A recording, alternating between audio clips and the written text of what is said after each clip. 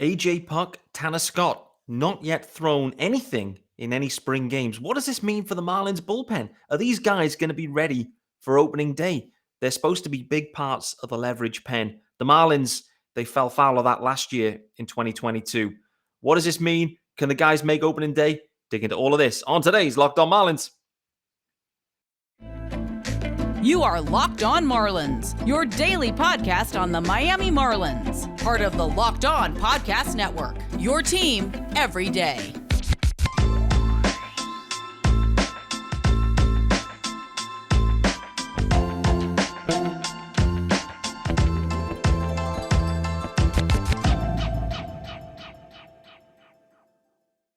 Greetings from England and welcome to Locked On Marlins. This is your daily Marlins podcast. I'm your host, Peter Pratt. Hit me up on Twitter at Miami Marlins _UK. Yes, I am English. I'm British. I'm from Great Britain, the UK, however you want to phrase it. I don't know how I'm hosting Locked On Marlins. Nevertheless, I'm just a fan of the podcast. You can hit subscribe wherever you get your pods. It's your team every day. Hit subscribe over on YouTube. Also, the video version is available. Sean Barrett is back in the house. I teased it out yesterday. This is Thursday's episode, Thursday, the 9th of March. However, this is being recorded on Wednesday, the 8th of March. So if any breaking news happens in the meantime, that'll be covered on Friday's episode when I finally catch up. Nevertheless, Sean, the UK GOAT. How we doing, brother? Doing well, Pete. I'm already confused. And now we're going to talk bullpen. So this could Bullpen, baby. Bullpen, baby. For those wondering, like, why is this pre-recorded? I'm headed to go and see Chris Brown. Sean, are you a fan of Chris Brown? I think anything that's modern in music is probably even more of a struggle for me, to be honest. I'm very intrigued to see the demographic that is there. It's happening in Manchester. Chris Brown in Manchester. He's been touring around the UK. I think it's his first tour in the UK. I think he'd had some criminal charge related issues that meant that he couldn't tour historically. But I'm interested to see the demographic. As a near 40-year-old male, how many of those will be in attendance? We'll wait and see. And for those thinking, oh, Pete must be going with Tara. It must be Tara that, Tara being my wife, it must be Tara that said, hey, let's go and see Chris Brown. No! That is not the case. This is me pushing the ticket. I wanted to see Chris Brown. It was a Christmas present. So while you're listening to this episode, I may well be listening to Chris Brown in Manchester. Favorite song? I'm not sure I have one. There's too many. Nevertheless, let's get this episode rolling, baby. We're here to talk about bullpens. And I think one thing that dawned on me and you, Sean, was the fact that we haven't seen either of Tanner Scott or AJ Puk throw anything yet in spring. Both of them turned up to camp healthy. Pitchers and catchers report. Next thing is we got some nice stuff of Scott and Puk, and then they're shut down, both of them. And they seem to be on exactly the same timetable where they're both kind of building themselves up, which is good to see. They're obviously making progressions, but overall, as we sit here, 3 weeks? Is it 3 weeks? Less than 3 weeks? Pretty much 3 weeks away from opening day. The guys haven't thrown anything in any kind of spring game just yet. How big a risk is it that either or both aren't on the roster for opening day and need an IL stint to get the year started? I think it's quite on a knife edge right now. You've got both of them, as you said, they've not pitched in a game yet. You hear words like tightness and discomfort. You're always concerned. And I think the Marlins did the right thing in shutting them down, letting them recover, because you don't want to throw through that and cause an actual injury. I think they both threw, I want to say yesterday, but it isn't yesterday now, is it? They both threw on Tuesday to live hitters, and they're expected to pitch on Friday against the Nationals. So it's a case of they're going to get some game time. As long as there's no setbacks, as long as there's no issues, and they can get into the game and start from now, I think they'll be fine. But I think it is a case of if there's anything else, if there's any other reason for them to scale back their pitching, then you really could be at a situation where you've got guys who, while they can be ready and they can pitch in Major League games, one of the key things you want to see from your bullpen is guys that can throw twice in 2 days, because otherwise you're putting a lot of strain on everyone else, and especially when these guys are going to be the leverage guys. Yeah. You're going to be using lesser leverage guys in important spots, and that's not really where you want to be. Yeah, for sure. I think just looking at how things played out in 22, it's just for me having this leverage pen just kind of teed up, ready to go. I think is so critical for the Marlins starting fast. That was the main hamstring early in the year was these kind of blown saves and blown leads. I mean, we saw it on opening day. The Marlins got themselves back into the mix. They took the lead in the ninth. Bender came out, home run, first pitch, I think it was to tie the game, and that kind of they never recovered from that almost. It was like opening day, blown save in the ninth, and really that kind of set the tone for the Fish. And so, we really need these guys to be there. When we're looking at these injuries themselves, AJ Puk dealing with some sort of groin issue, and considering his, the extension he has and the length of his limbs, I'm pretty sure that must be quite a challenging injury. But Tanner Scott equally, it looks to be some sort of arm or bicep injury, which I don't know which is more worrying. Anything linked to arms always gets me worried with pitchers. And so, I'm intrigued. I'm hopeful. But at the same time, to your point, the knife edge, I think, is the right language here. Like, these guys are right on the cusp of, like, if they can't progress or if there's any kind of setback, then they're going to be missing the first 2 weeks of the season, I think. And that's going to be the reality, right? Where you've got the 15-day IL. That's what they're going to be on. So that's kind of 2 weeks of the season evaporated with these guys, which, is not ideal. Which one of these two, just thinking about these two in terms of their roles, which one of these two do you think is going to be given the higher leverage opportunities earlier on, whether that be seventh or eighth inning or even ninth? I mean, we can't rule that out, being lefty options, Floro being righty as well. How would you see this pecking order shaping up? I don't think we've got any clear indication from Skip, but if it was you, where would you go? I think it's hard to say because I think Scott might have the front running of the situation just because of the stuff over Puk, but and the consistency. The guy's been there, but because we can't control the walks, we can't see that. We can't see him in spring training games, and we know that spring training games don't matter. But you don't want to see a guy walking people left, right, and centre. No. I think if neither of them are available, or if they struggle, or if it's a slow progress, I think Floro for me is still. I've said that before. I think he's my safe leader. I think he's my safe opportunities. I think he is the guy that he's shown what he can do at the major league level in the closer role.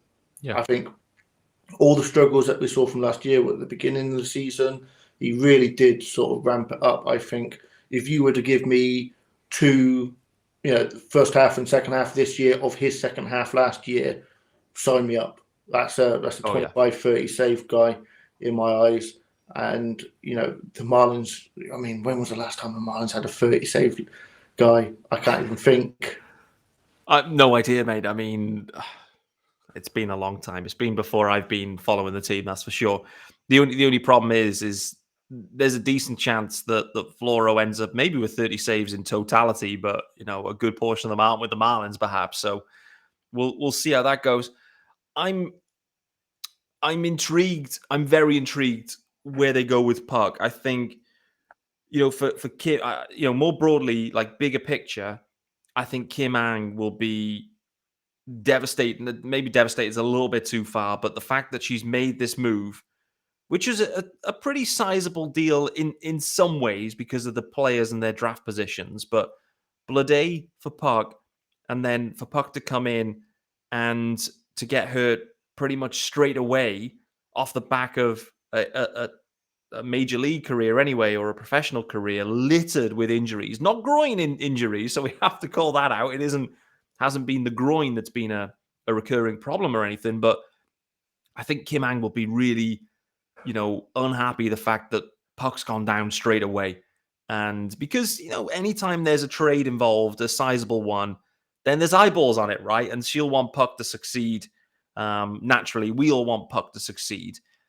And I think the early reports were, like, in terms of like the first kind of pitches and catches stuff that was going on was, boy, oh boy, AJ Puk looks like lights out. Like he looked to really flash early, I think. So, from us, we're looking for extra help in this leverage pen. Going back to the problems we had in 22, AJ Puk made a ton of sense.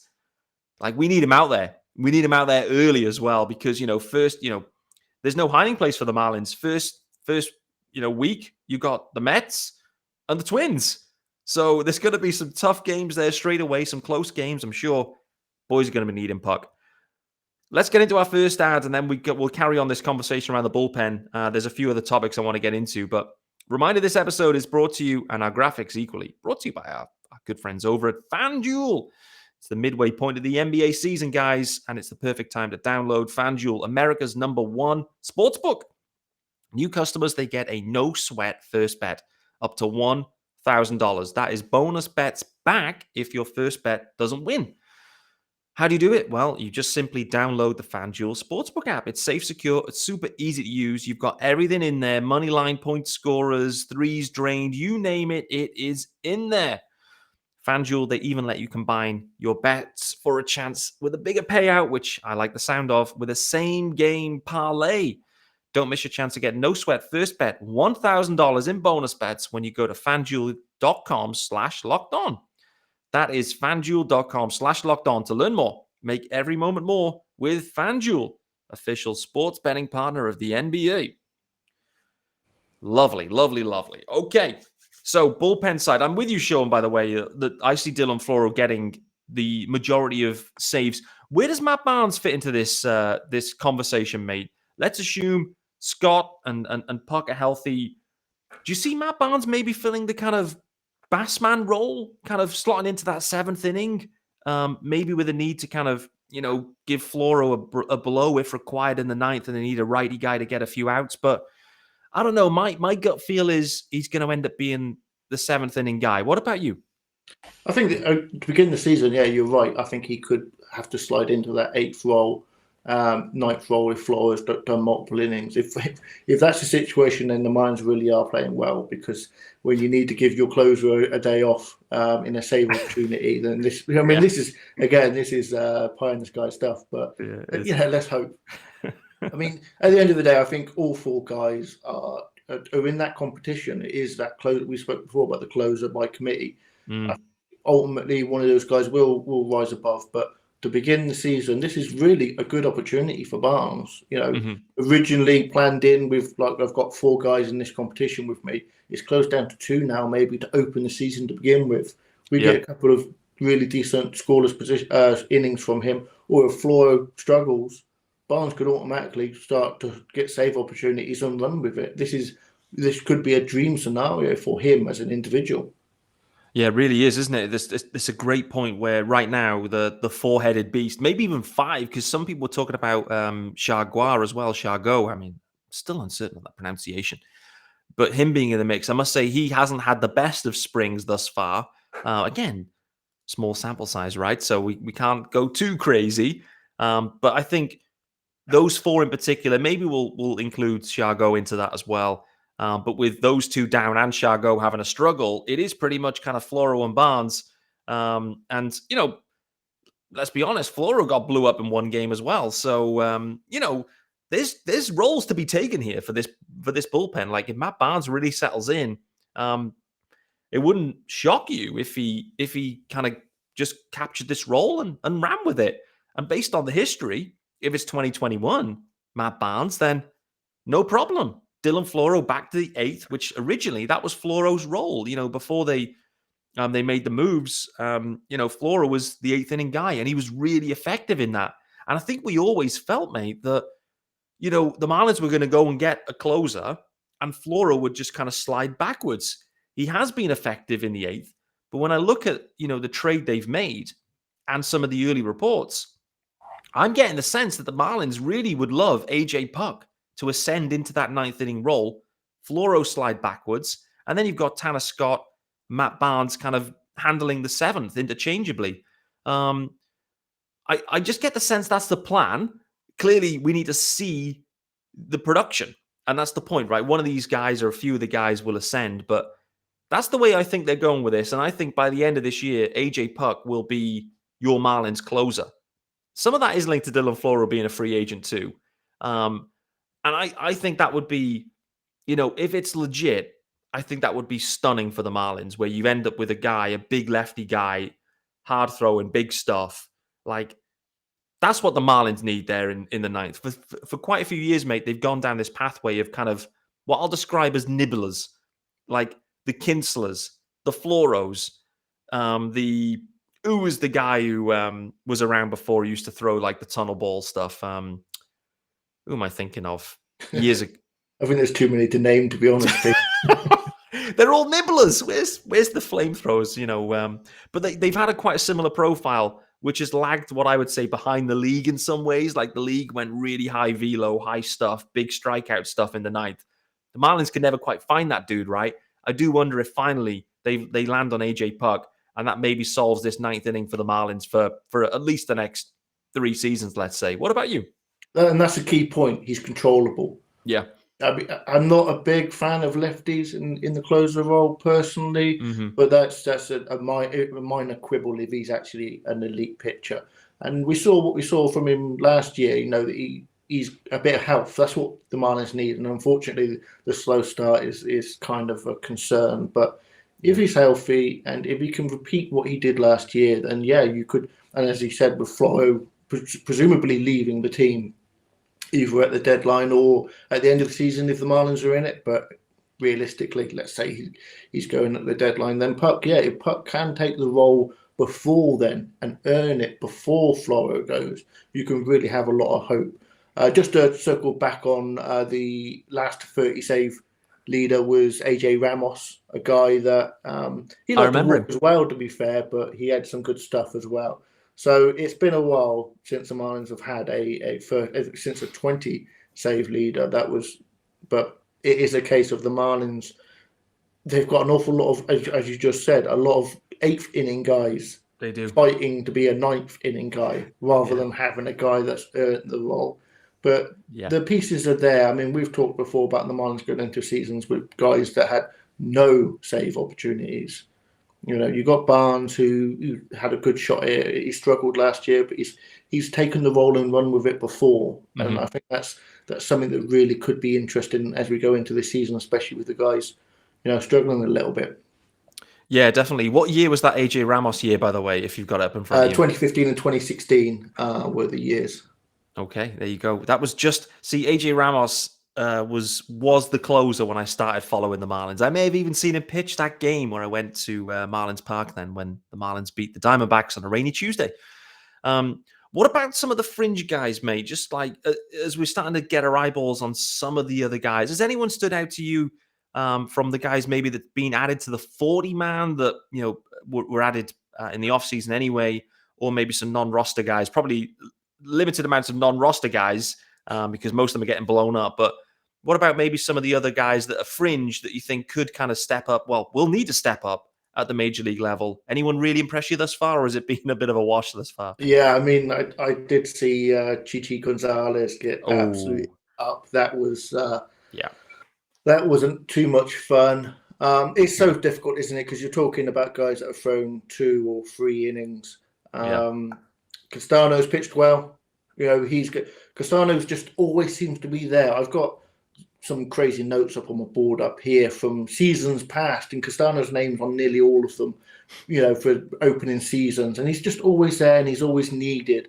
And I think this season could be a really, good shot for him to spend a lot of time in the major leagues.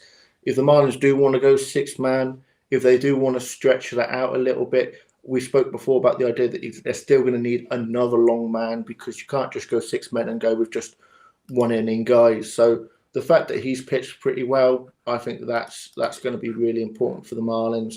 And the rest of the guys, I mean, it is a case of you're looking at 2-3 innings in spring against guys who might not be at the major league level. So for me, there's too little of a sample to even to look at it. I mean, a guy can give up 1 run over 2 innings and have a stupidly crazy ERA, and what can you really take from that? But I think the Marlins ultimately, you look at the guys that are being invited to the team, and you don't really see too much hope. I think the Marlins really are going to need Puk back. It's a case of the Marlins. They've pieced together a semi-decent bullpen, but it stops then. There's not much filler coming back. after that. I know that a lot of people are excited about the young starters coming up, but that's still something that's not going to help the bullpen too much because they're not going to be long guys. And I think a lot of the excitement is something that you should be excited because it's one of the main assets that the Marlins have. But Yuri Perez is not walking through that door this year to throw meaningful and multiple innings in my eyes. I think it is a case of he's still developing, he's still young, he's got to build that arm up. I think the Marlins at this point are in a very sticky situation with their entire bullpen and their rotation. It's quality, I think, but it's not very deep. No, it isn't. It isn't, mate. That's the point that I've made where we're talking about this kind of Braxton Garrett making the team.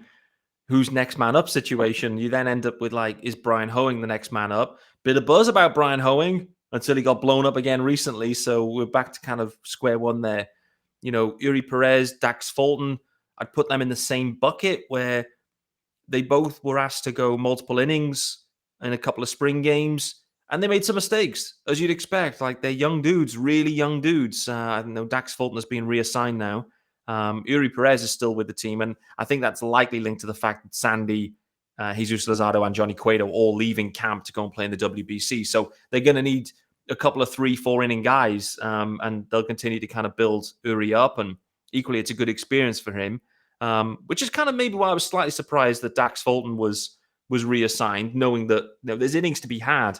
But maybe those innings will be kind of sprinkled across the bullpen guys. I think that might be the thinking there, just to, less, rather than having two guys go 4 each, it's maybe one guy goes 4, and then you really start to sprinkle the innings across multiple bullpen dudes to just see what you've got in some of them. Because going back to right at the top here, mate, with any setback at all, Puk and Scott are in serious danger here. Brazaban we haven't seen at all either yet because he had his visa issues. So you've got 3 guys that I would say were projected opening day bullpen pieces, all of which that are just on the edge right now of being able to make opening day. And with that, for the Marlins, they need to consider if things aren't right with any of those 3 or all of those 3, who's going to be in this pen to start the year? And so that's kind of why I think they're going to really start to ask some questions about the pen. Stephen Okert, I must say, has looked nice. I mean, Okert was going to make the opening day roster anyway. But Okert, I think, definitely has stood out for me. But I'm looking at the guys, that have been added to the 40-man. Your Sean Reynolds, your 6'8" dude. Josh Simpson, Soriano, Villalobos, Tommy Nance, Andrew Nardi, all these guys. They're the guys that I'm really interested to see. Can any of them really kind of put their best foot forward at this point to be available, ready to go, and the Marlins have confidence in them in the opening day bullpen? With that being said, let's call it a day. We've gone over 20 on the bullpen, guys. I hope you've enjoyed this bullpen extravaganza. Thanks for making Locked On Marlins your first listen of the day. If you are thinking about your second listen, and it is fantasy baseball season, guys, get on over to Locked On Fantasy Baseball. Matt and Dom have got you covered over there. They bring you the best fantasy draft strategies. You can get Locked On Fantasy Baseball wherever you get your pods and on YouTube. It's part of the Locked On Podcast Network, and it's your team every day. Thank you to the UK GOAT, Sean Barrett, for joining me. Back-to-back episodes on Thursday, the 9th of March. This has been pre-recorded. As you listen to this, I am enjoying Chris Brown live in Manchester. And with that being said, I'll see you tomorrow.